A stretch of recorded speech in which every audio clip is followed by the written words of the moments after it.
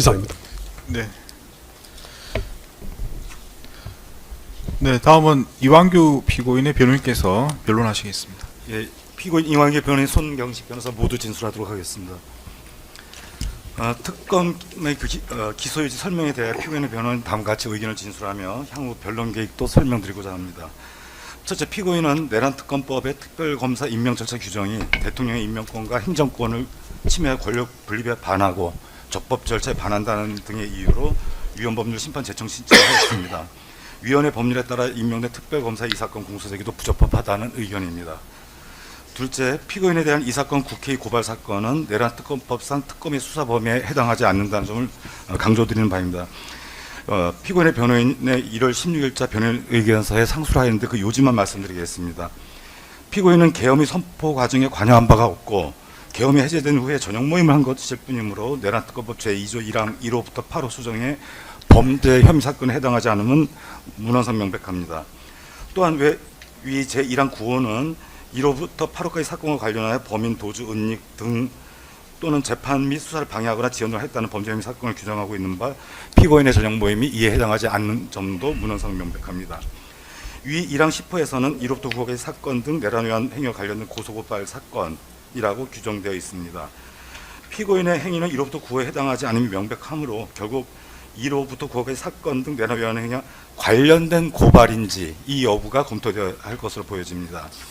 위 제1항 10호는 관련된 고발이라는 용어를 사용하고 있고 제1항 11호는 역시 또 인지된 관련 사건이라고 하여 모두 관련 사건이라는 용어를 사용하고 있습니다.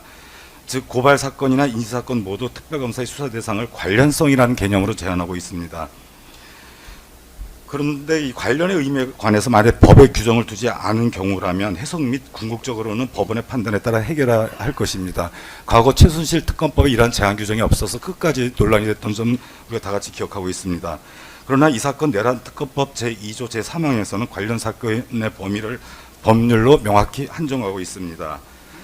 내란 특검법 제2조 3항은 이 법에서 관련 사건이라면 다음 각호의 어느 하나에 해당하는 것을 말한다라고 하고 1, 2, 3, 4호 규정을 하고 있습니다.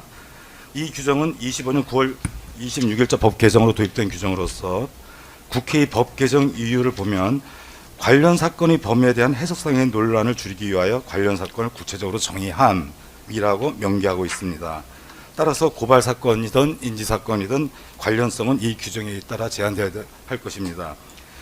피고인은 이 사건 증언행위가 내란 특검 2조 3항 2호부터 제4호에 해당하지 않으면 명백하므로 다만 1호에 위증죄가 포함되고 있기 때문에 이를 좀 검토할 필요가 있습니다. 이 제1호는 범인 은닉죄, 증거인멸죄, 위증죄, 허위감정통역죄 또는 작물에 관한 죄와 그 본범의 죄라고 관련 사건을 명확히 규정하고 있습니다. 이 규정은 제2조 1항 제1호부터 9호에 해당하는 죄로서 본범의 행위가 있고 그 본범의 죄와 관련하여 위증죄를 범하는 경우를 한정적으로 설명하고 있다고 할 것입니다. 피고인이 국회 법사위에서 답변한 것은 녹취록에 명확히 나타나 있듯이 피고인이 24년 12월 4일 저녁 모임을 한 사실에 대한 답변이었습니다. 피고인의 저녁 모임 참석 행위가 내란 특검법 제2조 제1항 1호부터 9호까지 어느 하나에도 해당되지 않는다고 명확히 확인된다고 할 것입니다. 그래서 만일에 특검이 가사 이해에 대해 위증을 했다고 의심이 들더라도 이는 내란 특검법의 수사 대상이 될 수가 없는 것이고 따라서 이 사건에 대해서 특별검사는 사건 수사권이 있는 다른 수사기관으로 이첩하여 수사하도록 하였어야 할 것입니다. 그럼에도 불구하고 내란 특검은 피고인을 수사에 기소하였는 바 이는 그 절차가 법률에 위반해서 무효인 것이므로 공소 기각이 마땅하다고 사료가 됩니다. 셋째, 피고인에 대한 이 사건 공소 사실에 대해서 살펴보건대 피고인은 수사 과정에서 일관되게 설명하였듯이 기억에 반하는 답변을 한 적이 없습니다. 피고인이 무죄라는 점에 대해서는 이 공판에서 충분히 확인될 것으로 생각됩니다. 다만 특별검사의 공소사실과 관련해서 만약 공소유지가 이뤄진다면 재판진의 필수적인 최소한의 보완, 공소장 정리가 필요하다고 사료대에 함께 말씀드리고자 합니다. 공소장에 기재된 피고인의 위증 범죄 사실은 두 가지인데 하나는 피고인이 법률 비서관 한정화 등 5명이 함께 있었음에도 불구하고 그 한정화를 뺀 4명만 참석하였다는 취지로 증언하여 위증을 했다는 점, 또 이날 모임 비상경 관련 향후 대응 방안을 논의하는 공적 모임이 아니라 사적인 친목 모임이었다는 취지로 증언하여 기억에 반하는 허위 위증하였다는 이 두 가지입니다. 이 전자 즉 참석자의 수에 관해서는 향후 변론 과정에 자세히 설명드릴 것이며 또 이미 1월 16일자 피고인의 변호인 서면에서 설명드린 바 있는데 그 요지는 피고인이 명확히 인식하고 있었던 저녁 모임 대상자는 장관 차관급 4명이었습니다. 애초에 연락받은 것도 그렇고 당시 피고인은 한정화를 모임 참석자가 아니라 그 상관이 민정수석의 수행원으로 인식하였다라는 점이 있습니다.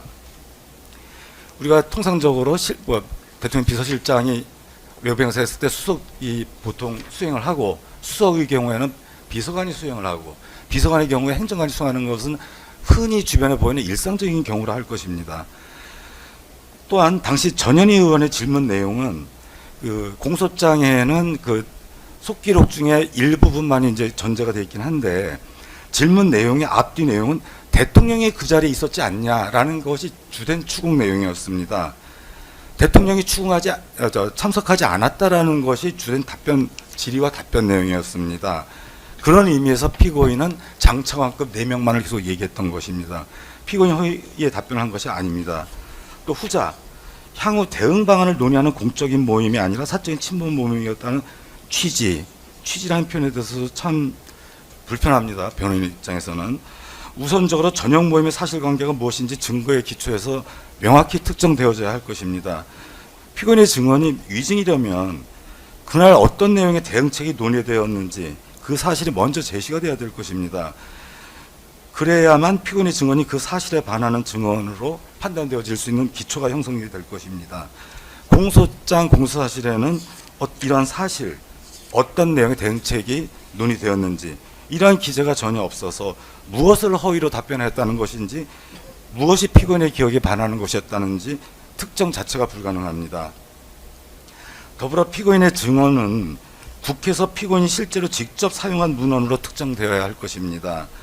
취지라는 그 모호하고도 주관적인 판단을 가지고 의미를 과장하거나 심지어 발언 객관적 내용 자체를 변경하여서는 아니 될 것입니다.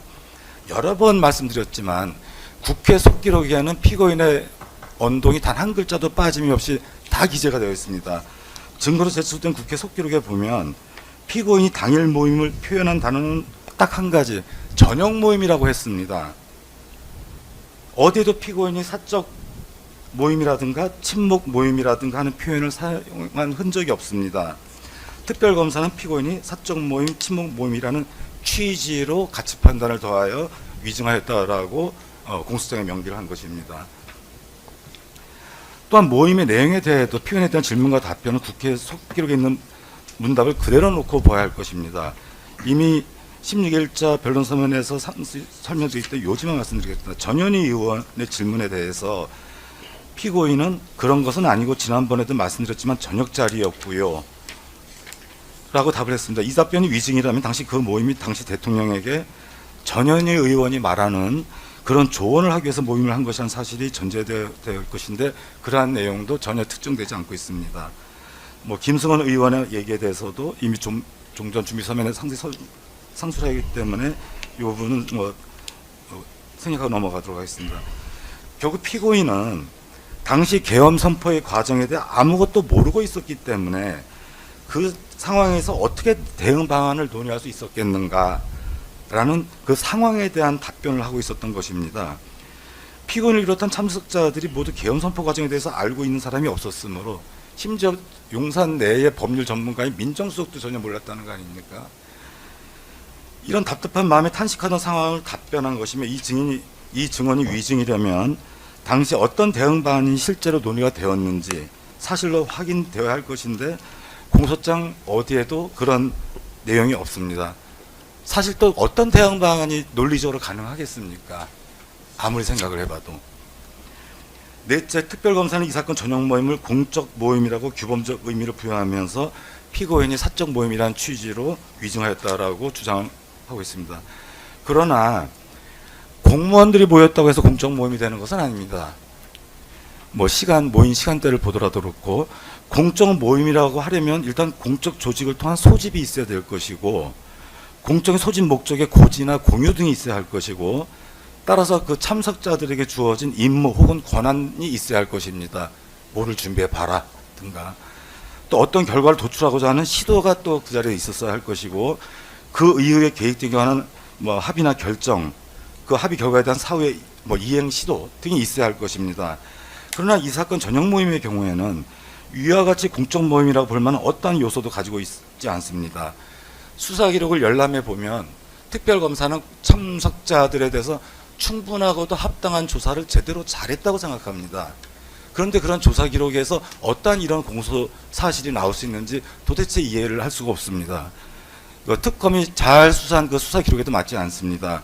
특별검사는 의심과 추단만으로 객관적 증거 없이 공소 사실을 추상적으로 특정하고 규범적 의미를 부여했는 바, 이에 대해서는 변론 과정에서 상세 반박하도록 하겠습니다. 다섯째로, 이 부분은 아마 모든 국민이 다 느끼는 바이고 모든 공직자들이 다 같이 느끼는 바일 겁니다. 이 사건 국회에서의 질의 답변 과정이 진행 방식에 대해서도 고려가 필요합니다. 피고인의 답변은 국회 법사위에서 당일 행해진 질의 답변이 극히 일부일 뿐이고, 당일 의원들 질의의 주된 주제는 계엄 선포 과정에 관련된 것이었습니다. 12월 4일자 정용 모임이 주된 주제도 아니었습니다. 이와 관련한 김현희, 김승원 의원의 질의도 다른 주제에 대한 상세한 질문을 하다가 갑자기 행해진 질문입니다. 그리고 본편에 강조드리고 싶은 부분은 녹취록을 봐서도 알 수 있고, 우리가 항상 국회의 그 질의응답을 보면 알 수 있듯이 의원의 질의 시간이 제한된 가운데 그 질의에 있어서도 주로 의원이 말을 많이 합니다. 답변자가 설명하려 들면 바로 시간 제한 등으로 답변을 차단하거나 의원이 바로 말을 자르고 들어오는 방법으로 답변 자체를 가능하지 않게 합니다. 이러한 방식을 이 사건의 몇 글자 안 되는 피고인의 진술 내용을 판단함에 있어서 이러한 방식으로 진행됐다는 점도 반드시 고려될 요소라고 사료됩니다. 앞에서 설명드린 피고인 및 그 본 변호인의 의견은 이 사건 수사 기록 안에서, 그리고 오랜 기간의 사법제도 운영을 통해서 정립된 합리적이고 전통적인 법률 해석을 통해서 우리 법원의 법 해석 원칙에 의해서 충분히 증명 가능하고 설명 가능하다고 사료가 됩니다. 증거와 법률의 충실한 공판의 진행을 통하여 필요한 부분을 설명하고 입증하도록 하겠습니다. 이상과 같이 피고인 이완계 변호인은 공판 진행하는 의견을 진술하도록 하겠습니다. 네.